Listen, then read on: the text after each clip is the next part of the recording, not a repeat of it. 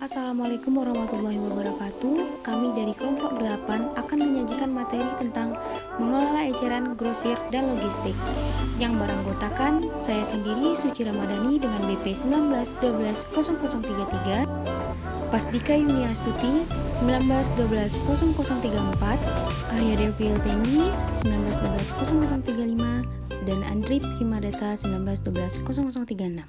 Pedagang eceran. Pengecer atau toko eceran adalah semua badan usaha yang volume penjualannya terutama datang dari penjualan eceran. Semua organisasi yang menjual kepada konsumen akhir, baik produsen, pedagang grosir maupun pengecer, merupakan usaha eceran.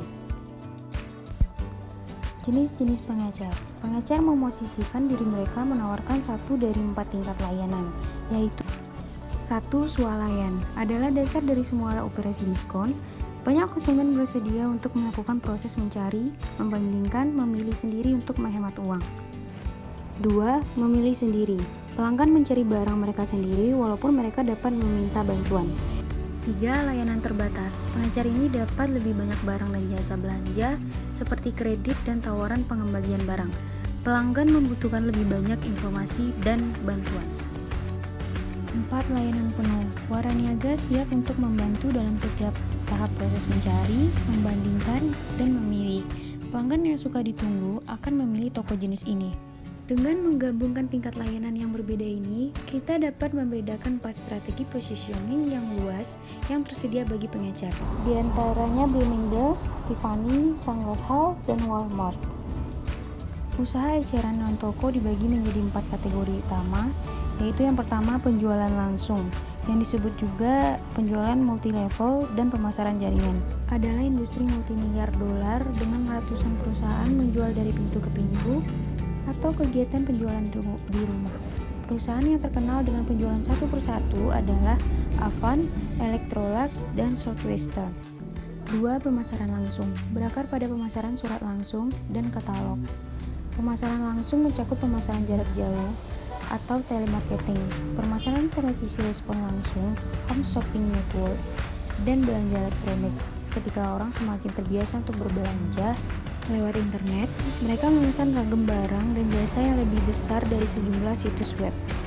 3. Mesin otomatis, menawarkan berbagai barang termasuk barang yang dibeli secara tiba-tiba seperti rokok, minuman ringan, dan lain sebagainya. Mesin otomatis ditemukan di pabrik, kantor, dan lainnya. Mereka menawarkan penjualan 24 jam, layanan sendiri, dan barang yang selalu segar. 4. Layanan pembelian adalah pengecer tanpa toko yang melayani klien tertentu, biasanya karyawan organisasi bir yang ingin membeli dari sejumlah pengecer yang setuju memberi diskon sebagai imbalan keanggotaan. Dalam sistem waralaba, terwaralaba individual adalah kelompok perusahaan yang terkait erat dan mempunyai operasi sistematis yang terencana, terarah, dan terkendali melalui inovator operasi.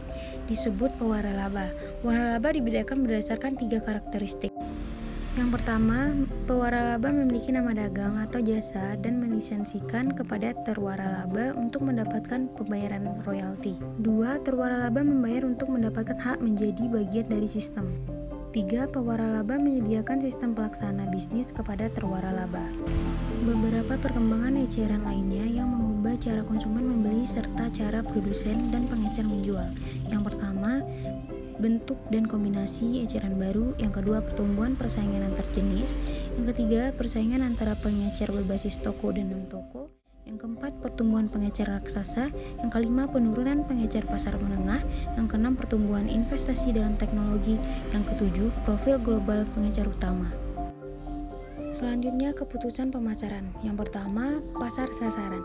Sebelum pengecer mendefinisikan dan menentukan profil pasar sasaran, pengecer tidak dapat membuat keputusan konsisten tentang pilihan produk, dekorasi, toko, pesan, dan media iklan, harga, serta tingkat layanan.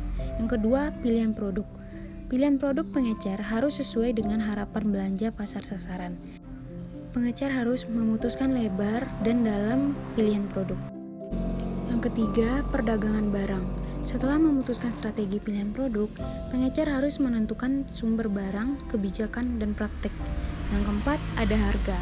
Harga adalah Faktor positioning kunci dan harus diputuskan dalam hubungannya dengan pasar sasaran, bauran pilihan produk dan jasa dan persaingan. 5. Jasa. Bauran jasa adalah alat kunci untuk mendiferensiasikan satu toko dari toko lainnya. Pengecer harus memutuskan bauran jasa untuk menawarkan hal-hal berikut kepada pelanggan. Yang pertama, layanan pembelian. Yang kedua, layanan pasca pembelian. Yang ketiga, layanan tambahan mencakup informasi umum. 6. Atmosfer toko. Atmosfer adalah elemen lain dalam melengkapi toko. Setiap toko mempunyai penampilan dan tata letak fisik yang bisa mempersulit atau mempermudah orang untuk bergerak. Yang ketujuh, kegiatan dan pengalaman toko. Pertumbuhan e-commerce telah memaksa pengecer bata dan semen tradisional untuk memberi respon.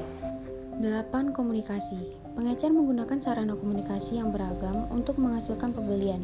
Mereka memasang iklan, melakukan penjualan khusus, menerbitkan kupon diskon, dan membuat program penghargaan.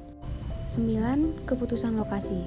Rantai departemen store, perusahaan minyak, dan pewaralaba makanan cepat saji memberikan pelatihan besar saat memilih wilayah negara di mana mereka akan membuka gerainya, lalu kota-kota.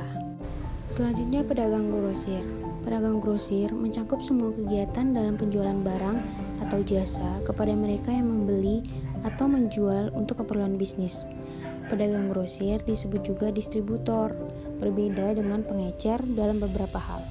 Adapun jenis-jenis pedagang grosir yang utama, pedagang grosir layanan terbatas, pialang dan agen, cabang dan kantor produsen dan pengecer, pedagang grosir khusus, penjualan dan promosi, pembelian dan pembentukan pembelian barang, pemecah jumlah besar, pergudangan, transportasi, dan pembiayaan.